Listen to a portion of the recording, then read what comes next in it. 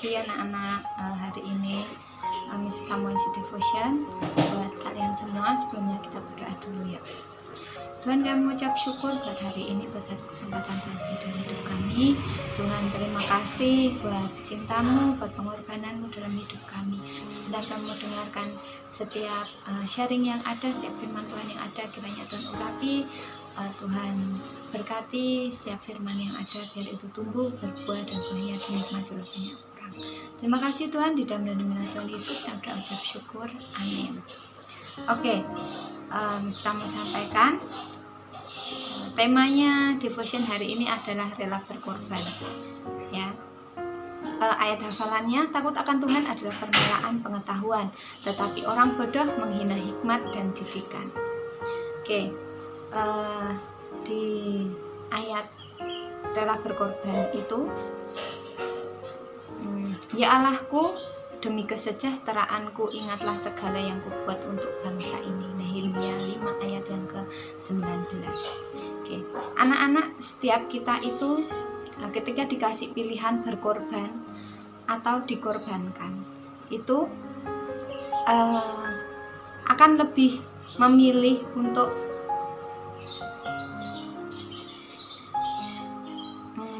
mengorbankan ya. Jadi tidak banyak orang yang mau rela berkorban dengan segenap hatinya gitu. Contoh di Alkitab, orang yang rela berkorban demi bangsanya itu adalah Esther ya. Esther itu menemui raja, dia mengorbankan dirinya, dia rela untuk bertemu raja demi membebaskan bangsanya gitu. Di hari itu Esther udah nggak memikirkan nanti mau seperti apa, raja berkenan atau tidak. Pokoknya dia berkorban untuk bangsanya gitu. Jadi ketika dia datang menemui raja ya, dia bersiap-siap nih, walaupun sudah banyak pengawal di sekeliling raja yang siap memenggal si Esther itu ketika dia bertemu sama raja kalau sampai raja tidak berkenan gitu. Tapi dengan tekadnya dia, dengan dekatnya Esther sama Tuhan gitu ya, Tuhan berkenan dan raja pun berkenan, dan raja mengulurkan tongkatnya untuk Esther gitu. Jadi pengorbanannya Esther hari itu membebaskan semua bangsanya gitu. Sebuah kata bijak dari Cina berbunyi, cinta yang utama yaitu tidak mementingkan diri sendiri, sebab cinta adalah hidup bagi orang lain ya. Artinya bahwa pengorbanan diri itu selalu menjadi syarat bagi cinta yang tulus, di mana saja, kapan saja, dan pada siapa saja gitu. Ada sebuah kisah nyata gitu ya. Ada sepasang suami istri, William dan Mary Tanner gitu. Mereka sedang berjalan-jalan melintasi rel gitu ya. Tiba-tiba ada rel yang sudah mendekat gitu, dan di saat itu kakinya si Mary ini terkilir dan kejepit di rel gitu ya. Sudah susah buat ngambil kakinya, dia itu udah kesulitan gitu. Sampai panik, suaminya juga panik. Dia gimana caranya ini bisa lepas gitu ya. Tapi kereta itu nggak bisa di stop, tetap jalan terus gitu. Sampai akhirnya suaminya datang ke Mary dan memeluk Mary sambil berkata, aku akan bersamamu gitu. Jadi si William ini mengorbankan dirinya gitu ya, karena dia terlalu cinta, karena cintanya tulus sama istrinya sampai dia seperti itu gitu. Nah, sama halnya dengan kita gitu ya. Pengorbanan diri ya, pengorbanan terbesar di hidup kita itu adalah Tuhan Yesus yang berkorban dan merelakan dirinya disalib di kayu salib. Itu adalah pengorbanan tertinggi dari hidup kita, pengorbanan tertinggi yang kita terima gitu ya dari Tuhan. Demi apa? Demi menebus setiap dosa-dosa kita ya. Pengorbanannya itu bukan dilakukan demi kehendaknya Bapa saja, tapi Tuhan Yesus pun menghendakinya. Tuhan Yesus sendiri juga berkehendak bahwa dia memang berkorban demi menebus hidup kita, demi menebus dosa-dosa kita. Bahkan sebelum kita dilahirkan pun kita sudah ditebus oleh Tuhan. Seperti itu. Jadi Tuhan Yesus itu adalah teladan utama bagi kita semua dalam pengorbanan diri. Ya. Firman Tuhan memberi pelajaran tentang makna sebuah pengorbanan, ya.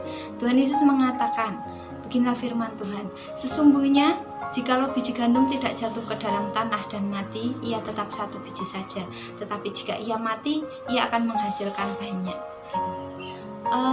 Sebuah pengorbanan itu menuntut konsekuensi kehilangan. Jadi ketika kita sudah rela berkorban, kita siap untuk berkorban, itu konsekuensinya adalah sebuah kehilangan. Jadi apapun itu, ya, Tuhan Yesus ketika dia mengorbankan dirinya gitu, ya dia akan kehilangan, tapi beliau bangkit lagi dari ketiga dan beliau memikirkan kita gitu, ya, memikirkan bagaimana kita bisa ditebus gitu. Jadi kayak tadi firmannya, ya, sebuah biji gandum tidak jatuh ke dalam tanah dan mati. Jikalau biji gandum tidak jatuh ke dalam tanah dan mati, ia tetap satu biji saja. Jadi ketika dia berkorban, itu akan banyak hal yang mengikutinya, seperti itu.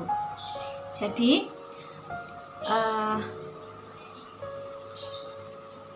ya, tapi buah dari hasil pengorbanan itu selalu memberikan kebahagiaan jiwa, gitu. Jadi pesan yang sudah buat kalian semua, janganlah jemu-jemu berbuat baik, karena jika kita terlebih dahulu menerima kebaikan Tuhan, taburlah cinta Tuhan, maka kita pun akan menuai cinta Tuhan. Oke, ini pesan Misrita terakhir, ya.